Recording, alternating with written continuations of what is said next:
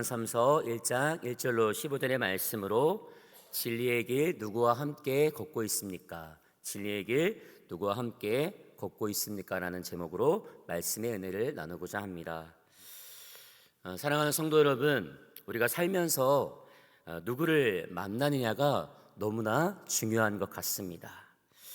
주변에 어떤 사람이 있는가에 따라서 한 사람의 생각과 삶의 방향이 완전히 달라지기도 합니다. 제가 호산에 있을 때 한 청년이 집에서 게임만 하고 있었습니다. 근데 이 청년이 우연찮게 교회에 나오게 됐고 어느 순간에 제가 준비했던 말씀을 한 2번 정도 듣게 되었습니다. 근데 그때 그 2번의 말씀을 듣고서 이 청년의 마음이 하나님의 말씀으로 움직여지게 됐다는 그런 일들이 있었습니다. 그때 되게 감사했습니다. 왜냐하면 하나님의 말씀을 그냥 그저 준비한 것이고 그 말씀이 그 청년의 마음을 움직였기 때문이었습니다. 저는 하나님의 역사하심이 언제든지 일어날 수 있다라고 믿습니다. 저는 아무것도 아니겠지만 주님은 통로를 통해서 그렇게 역사하심을 경험하게 되는 것입니다. 그러나 늘 시험이 따릅니다. 변하려고 하는 영혼의 그 마음을 이 사단은 늘 방해하기 마련입니다. 그래서 우리가 사람을 만났다는 것이 중요한 것이 아니라 늘 그를 위해 기도해야 되는 우리 모두가 되어야 될 줄로 믿습니다. 그렇습니다. 이 신앙의 세계에서는 그러나 이보다 더 깊고 중요한 질문을 할 수가 있습니다. 나는 그래서 지금 누구의 영성을 닮아가고 있느냐? 우리가 사실 사람의 모습을 보면서 그 사람의 영성을 닮고 싶을 때도 있습니다. 그러나 중요한 것은 무엇입니까? 그 사람을 있게 하신 하나님을 바라보는 것이 더 중요한 모습이 될 줄로 믿습니다. 하나님의 영성, 주님이 함께 하시는 그 은혜, 하나님의 역사하심을 늘 경험하고 살아가기를 저도 우리 성도님들도 경험하며 누리기를 주님의 이름으로 기도합니다. 특별히 영적인 스승과 이 제자의 관계를 생각하면 이 사도 바울과 그들의 제자들을 생각하게 됩니다. 사도 바울이 차가운 감옥 바닥에 앉아서 사랑하는 아들 이 디모데를 떠올리면서 편지를 쓸 때 바울의 몸에는 이미 예수 그리스도를 닮은 수많은 흔적들이 새겨져 있었습니다. 그런데 그 흔적은 어떤 단순한 고난의 상처뿐만이 아니라 바울이 평생 진리를 따라 살아온 그 삶의 증거들이 그대로 묻어 있었다라는 사실입니다. 그런데 놀랍게도 바울에게만 있는 그것이 어떻게 해요? 바울 자체만 있는 것이 아니라 그의 사랑하는 디모데, 그에게도 이 영적인 DNA가 그의 삶 속에 새겨지게 되는 것입니다. 마치 부모를 보며 자란 자녀가 어느새 이 부모를 닮아가는 것처럼 말입니다. 제가 걸을 때마다 어머니가 이렇게 얘기합니다. 아버지랑 똑같이 걷네. 무엇을 할 때마다 아빠랑 똑같네. 얼굴이 똑같네. 제가 아버지의 얼굴을 닮았다는 것을 되게 싫어했는데 근데 어느 순간에 보니까 제가 아버지를 닮아가고 있는 모습입니다. 그러나 영적인 것도 그렇게 배우게 된다고 저는 믿습니다. 그래서 우리의 모습은 너무나 중요합니다.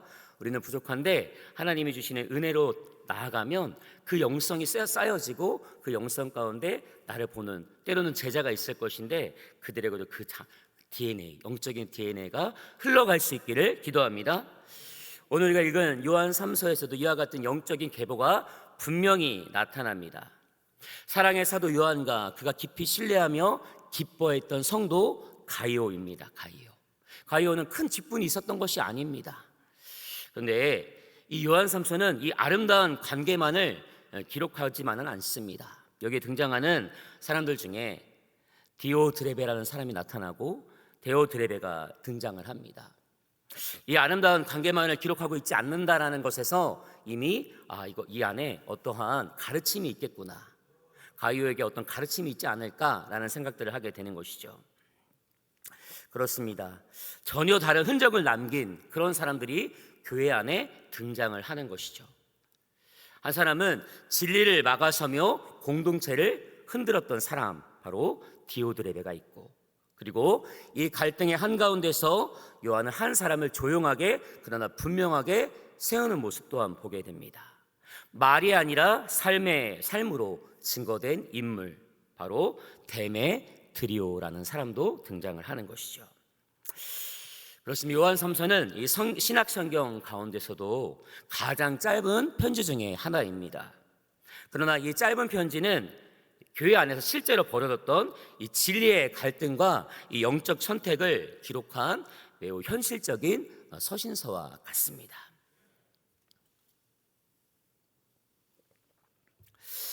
그래서 이 편지는 우리들에게 영적인 교훈을 분명히 주실 거라 저는 믿습니다.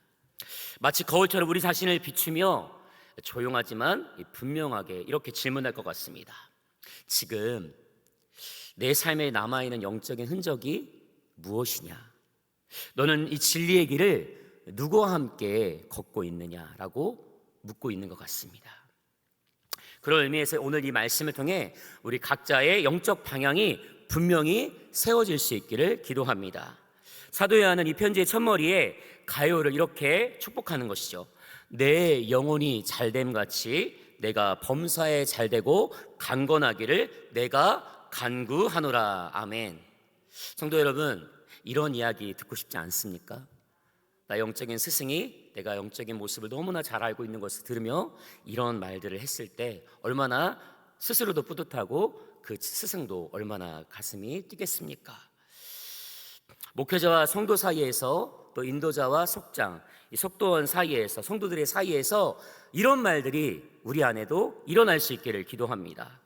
우리가 정말 말씀을 전하고 기도하고 애쓰며 수고하는데 어떤 사람은 간절하게 기도하면서도 불구하고 넘어지는 사람이 있고 어떤 사람은 금방 넘어질 것 같은데 바로 서서 주님을 똑바로 바라보고 주님의 사명을 이루는 모습들을 우리 목사님과 교역자들과 또 속도원 사이에서 볼 때 얼마나 기쁘겠습니까? 하나님의 역사는 이렇게 드러나는 것이구나.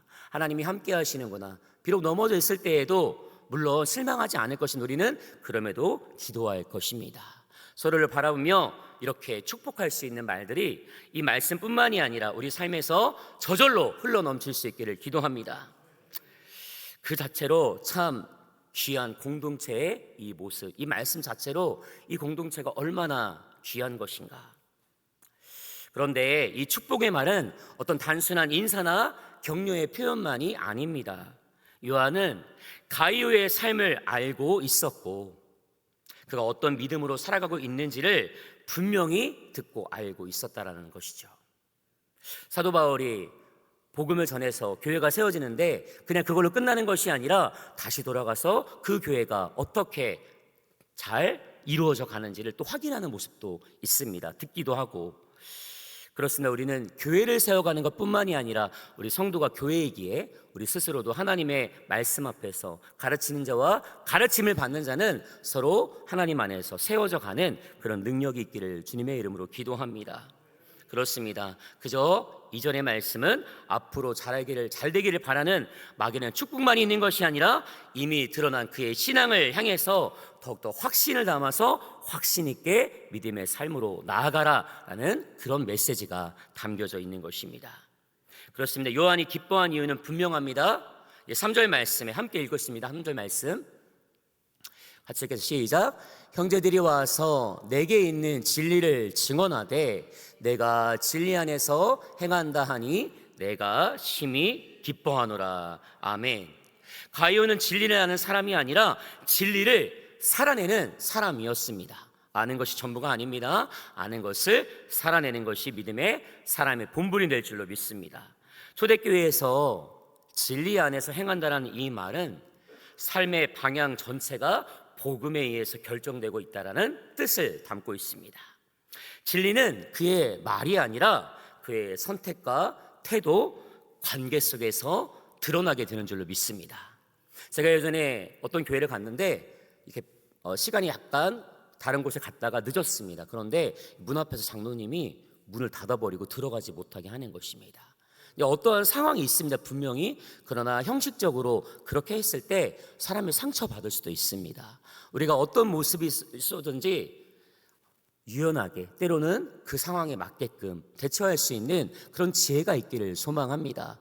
그저 형식적으로 이건 이렇다 저렇다 이렇게 가둬놓는 것은 때로는 어떤 사람에게는 상처가 될 수 있다는 사실이죠. 그렇습니다. 그러므로 인해서 우리는 오직 진리의 말씀 안에서 태도, 행동하는 태도, 관계, 이 모든 것들이 정말로 중요합니다. 그래서 요한이 이렇게 고백합니다. 4절 말씀에 함께 읽겠습니다. 내가 내 자녀들이 진리 안에서 행한다 함을 듣는 것보다 더 기쁜 일이 없도다. 아멘. 하나님이 이렇게 우리를 보시고 기뻐하시고 계실 줄로 믿습니다. 사람에게 보이는 것이 아니라 하나님께서 보시는 우리들의 모습을 점검할 수 있기를 기도합니다. 자, 그런데 가이오의 이 진리는 말이나 이 고백에만 머물러 있지 않았다고 했습니다. 그 진리는 그의 삶 속에서 아주 구체적인 모습으로 드러나는데 그것은 바로 환대였습니다. 환대라는 말이 어떤 말인지 잘 아시죠? 성도 여러분, 신앙이 진짜인지 아닌지는 이 어려운 어떤 신학적인 질문 앞에서보다 누군가를 어떻게 맞이하는가라는 데서 더 분명하게 드러납니다. 요한사서 3절에 등장하는 그 형제들은 다시 복음을 전하며 떠돌던 순회 전도자들이었습니다. 그들은 안정된 후원도 없었고 누군가의 집문이 열리지 않으면 머물 곳조차 없는 사람들이었습니다.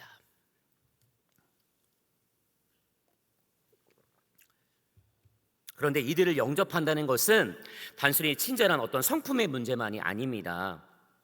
그것은 나는 이 사람들이 전하는 이 복음의 편에 있는 사람이다.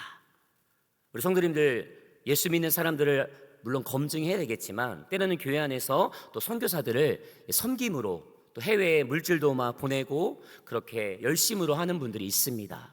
그저 보이려고 하는 것이 아니라 하나님의 일을 함께 소망하며 기뻐하며 기도하고 있기 때문에 물질이 가는 것입니다. 그가 마음이 있는 곳에 물질이 간다고 말씀합니다. 그만큼 우리가 어떤 이들을 아무것도 모른다 할지라도 기도할 때 어떤 사람이 기도하고 있는 그곳에 하나님의 물질이 그저 자연스럽게 흘러가는 일들도 말씀을 통해 듣게 됩니다. 그렇습니다. 이런 사람들을 섬길 수 있는 모습, 바로 환대하는 모습, 그저 어떤 사람을 단순히 섬기는 것이 아니라 하나님의 일에 우리가 소망을 가지고 기도할 때 보이지 않는 것조차도 하나님의 역사하심 속에 있는 이 선교의 일들을 함께 동참하는 우리 모든 성도님들이 될 수 있기를 기도합니다.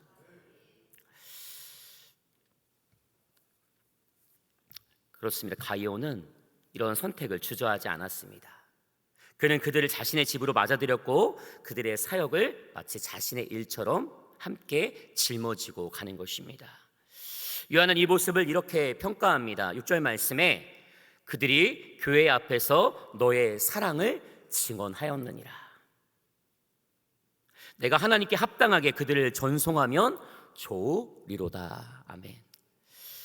우리는 어떤 이가 됐든지 그가 하나님의 나라 천국에 이를 수 있는, 전송할 수 있는 그런 믿음의 역할을 감당할 수 있기를 기도합니다.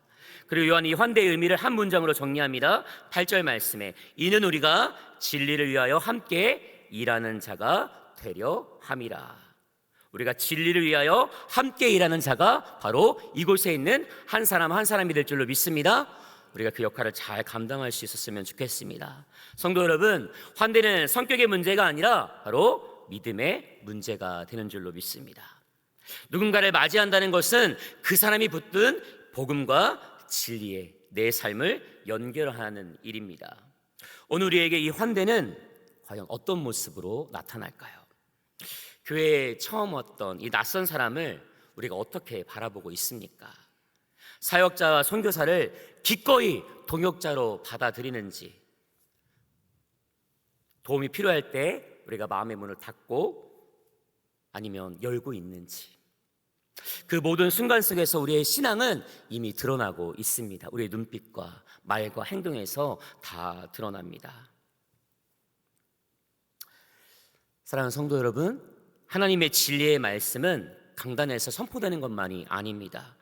때로는 우리의 집 문 앞에서 하나님의 진리의 말씀이 나타나야 될 줄로 믿습니다. 때로는 밥 먹는 자리에서, 때로는 낯선 일을 맞이하는 그런 태도의 모습 속에서 어떻게 해요? 진리를 알고 있는 믿음의 사람들의 모습이 하나님의 진리의 말씀 우리를 통해서 다른 영혼들에게 전파되어야 될 줄로 믿습니다. 오늘 우리가 그렇게 살기를 주님의 이름으로 기도합니다.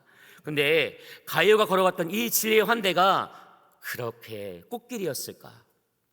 굉장히 어려운 일들이 분명히 그 시대 가운데 있었다라는 사실입니다.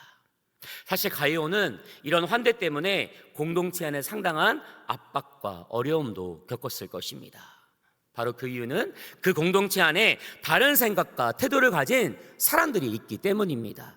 내가 하나님께 기도하고 계획한 것들이 다 뜻대로 되지 않습니다. 늘 방해하는 세력들이 있습니다. 그는 사람이 아니라 하나님의 일을 방해하는 마귀가 역사한다라는 것이죠. 우리가 날마다 분별할 수 있는 영적인 눈이 뜰 수 있기를 주님의 이름을 기도합니다. 그리고 그런 사람이 되지 않기를 원합니다. 바로 디오드레베 같은 사람 말입니다. 가이오가 진리를 위해서 문을 연 사람이었다면 이 디오드레베는 자기 성을 쌓기 위해 문을 닫아버린 사람이었습니다. 9절은 그의 병명을 정확하게 진단합니다. 함께 읽겠습니다. 9절의 말씀입니다. 시작. 내가 두어 자를 교회에 썼으나 그들 중에 으뜸되기를 좋아하는 디오드레베가 우리를 맞아들이지 아니하니. 아멘. 디오드레베는 어떤 신학 지식이 부족한 사람이 아니었을 것입니다. 오히려 이 교회의 생리를 너무나 잘하는 중직자였을 것이었습니다.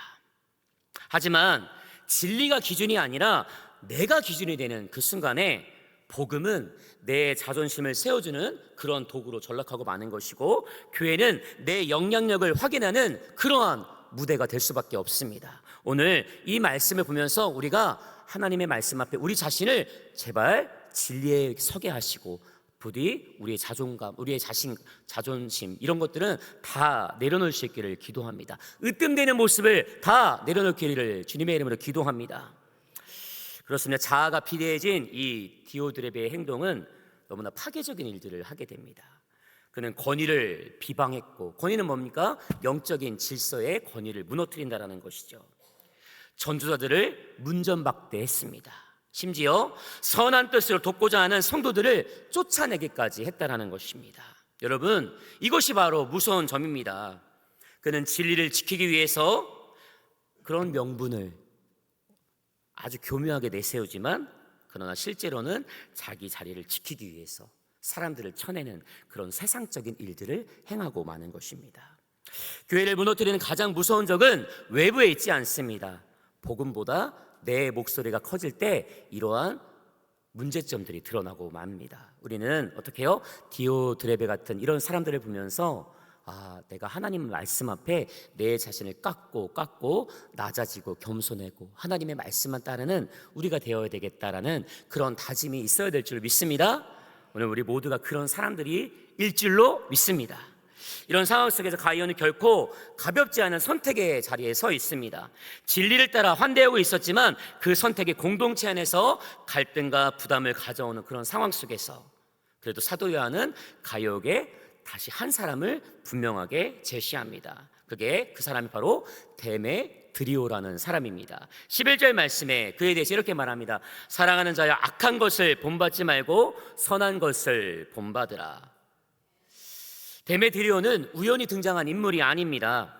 이 본문의 흐름을 보면 이 디오드레베에 의해서 배척되었거나 공동체 안에 쉽게 받아들이지 않았던 아마 순회 사역자였을 가능성이 크다라고 이야기합니다. 이런 상황에서 요한은 가이오에게 분명한 방향을 제시합니다. 마치 이렇게 말하는 것과 같습니다. 가이오야, 내가 지금 가고 있는 이 환대의 길은 옳은 것이야. 그런데 이 디오드레베 같은 사람, 데메드리오 같은 사람은 네가 좀 본받고 그를 보면서 네가 흔들리지 않기를 원해라는 말로 들리게 됩니다. 자, 이 데메드리오라는 사람에 대해서 이야기하자면 그는 말로 자신을 증명한 사람이 아니었습니다. 그의 삶은 새 방향을 자연스럽게 어떠한 증거를 분명히 갖고 있습니다. 그 사람은 모든 사람에게서 신뢰를 받고 있었습니다. 또 진리로 채워졌던 사람입니다. 삶의 열매가 있었다라는 것입니다. 또 사도 요한에게 영적인 검증도 받는 사람입니다. 바로 데메드리오라는 사람. 우리가 어떤 사람을 세울 때 분명히 그 사람의 증거를 우리가 보면서 그 사람이 어떤 직분을 주시거나 그렇게 하는 경우도 있습니다. 그의 삶이 되게 중요하다라는 사실입니다. 우리는 그렇게 증거를 통해서 하나님께 세움받은 믿음의 직분자들이 되는 줄로 믿습니다.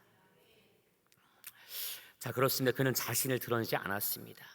시간이 지나면서 공동체를 지켜보면서 무엇보다 진리 자체가 그의 삶 속에서 또한 그의 삶뿐만이 아니라 공동체에 흘러갈 수 있는 그런 노력들을 했을 것입니다. 성도 여러분, 이것이 성도가 누릴 수 있는 가장 큰 영광과 축복이 되는 줄로 믿습니다.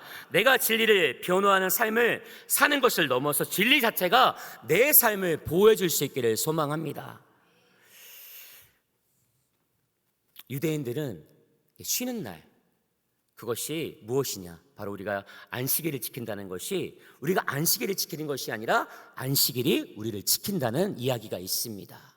그저 쉬는 날이 아니라 안식일을 통해서 우리가 하나님께 나아가서 말씀 듣는 그 순간이 우리의 모든 삶을 지켜주는 능력이 된다는 말씀입니다. 진리 자체가 우리를 그렇게 보호하고 있는 줄로 믿습니다. 말씀을 맺겠습니다. 요한 3서는 우리 앞에 세 개의 거울을 마치 보여주는 것과 같습니다. 환대로 진리를 섬긴 가이오의 이 거울과 같은 모습. 두 번째는 교만으로 진리를 가로막는 디오드레베 같은 그런 거울. 세 번째는 삶으로 진리를 증언한 데메드리오의 거울 같은 모습. 오늘 이 편지는 가이오를 지키기 위한 편지였고 디오드레베를 향한 경고의 메시지이고 또 데메디오를 통해 보여준 분명한 하나님의 진리의 말씀입니다. 성도 여러분, 내 영혼이 잘된 감치 범사가 잘되는 그 축복을 우리가 하나님의 말씀을 통해서 누리며 살 수 있기를 소망합니다. 이 복은 우리가 주님 어느 편에 서 있는가가 정말 중요하다고 여겨지는 말씀이 되기를 소망합니다. 우리가 오직 어떤 말씀이든지 하나님의 어떤 일이든지 하나님의 말씀 편에 분명히 서서 똑바로 주님만 바라보고 살아가는 우리 모두가 될 수 있기를 예수님의 이름으로 기도합니다. 기도하겠습니다.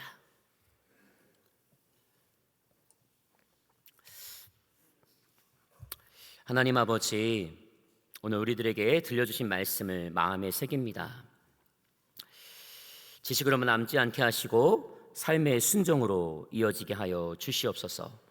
우리가 스스로 옳다 여겼던 생각들을 내려놓고 말씀 앞에서 다시 서게 하여 주시옵소서. 진리 안에서 사랑하고 사랑 안에서 분별하는 그런 성도들 되게 하여 주시옵소서. 연약한 우리의 현실 속에서도 말씀을 붙드는 자를 끝까지 인도하시는 그 주님을 신뢰하게 하시고 흔들리는 세상 가운데서도 복음의 중심을 놓지 않게 하여 주시옵소서. 오늘 받은 이 말씀이 우리의 선택을 이끌고 관계를 새롭게 하고 교회와 가정을 살리는 생명의 씨앗이 되게 하여 주시옵소서. 모든 영광을 주님께 올려드립니다. 예수님의 이름으로 간절히 기도드립니다. 아멘. 주기도문